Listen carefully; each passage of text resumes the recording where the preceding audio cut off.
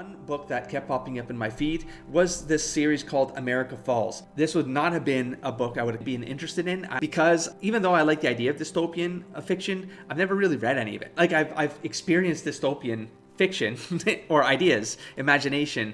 I'm fascinated by the visuals of it, but I've never really read fiction that's specifically dystopian, like zombie fic or even zombie movies are like, I mean, Walking Dead is the big one, but that's a comic book, but big fan of supernatural and that kind of vibe of things. But in any case, this one kept popping up. I was like, I think it was midnight.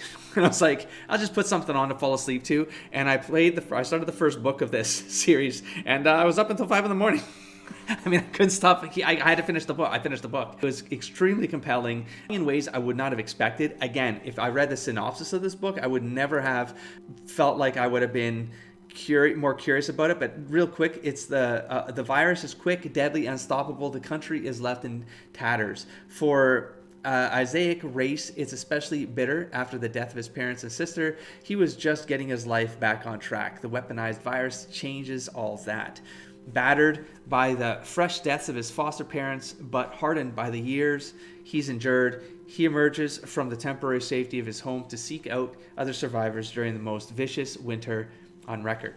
With the help of his friend Luke, he soon discovers that 250 perilous miles stand between them and the only possible haven 3 states away, in the White Mountains of New Hampshire. It won't be easy. The invaders and the freezing temperatures aren't the only dangers facing them at the end of the world.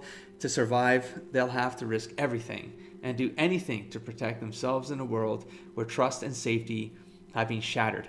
Now, this is actually, it sounds like a lot of spoilers here. A lot of this happens in the early of Act 1 or possibly Act 1. It does maybe give away too many details through Act 1, but it expands beyond that. And you're going to be jumping into something where, world's breaking down, but you're like what is the thing that knocks out humanity, right? So you're going to have to get that detail. And it's very early on. It's basically an evolution of the COVID virus that gets dropped on America by China, and it knocks out anyone over the age of 17. That detail kind of matters. Sets up the premise of this, and it makes it a little bit like, and this was written in 2020, I think, or something. Like, I got curious about how this was received more than I was curious about where the story would go. Because again, like I said at the beginning, I don't really get compelled to read dystopian fiction, especially something in the modern day. But this one being so tied to current event things, not current, but you know what I'm saying, like, right, you know what I'm saying.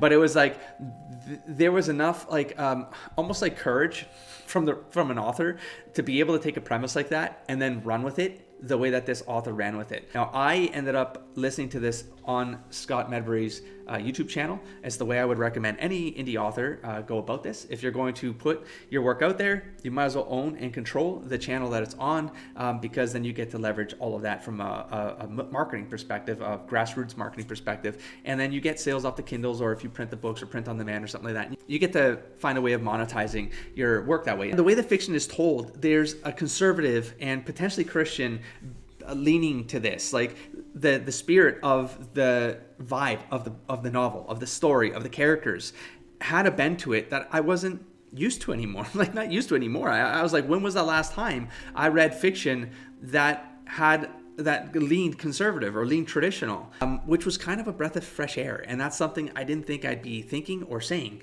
but that's what compelled me to keep listening to the story from midnight until 5 a.m. There was just it felt like, again, it was like different, and it's so weird to have to say that, but I feel like in the last decade there's been a throttling of a spectrum of literature that could be possible by just having different viewpoints, whether they're from the author or from the character or from the world. It's just we need some of that variety back in the space, and I didn't think I needed it until I experienced this story, which is missing in society. There's the civil conversation. Like, philosophy is important to me and discourse is important to me. And I felt like from a fictional perspective, I only noticed the gap after I experienced this book. God, I've gone on too long about this because it was the most fascinating part of this for me. As you can see on the page here, it is an 11-book series. I've read the first one called Hell Week. I will very likely keep going through this series. I felt like the prose was very strong. Again, compelling visually. The characters were distinct. Like, there are dark parts of this story that happen, but the way that the characters deal with them, because of that spirit, the conservative, the traditionalist, the Christian angle behind it, how that impacts the way the characters react, the subtext behind things, the way the prose gets written. There was just something there that disrupted me enough to make me care more, even though it wasn't something I was used to. It's not. I can't explain this well. Maybe I shouldn't have recorded this until I got my thoughts together. But hopefully, you'll take away what I'm trying to express here. Because of my struggle to express it. I think we need more coverage on the spectrum of ideologies from our authors, from our writers, and from the stuff that people are reading. And people need to open up their horizons.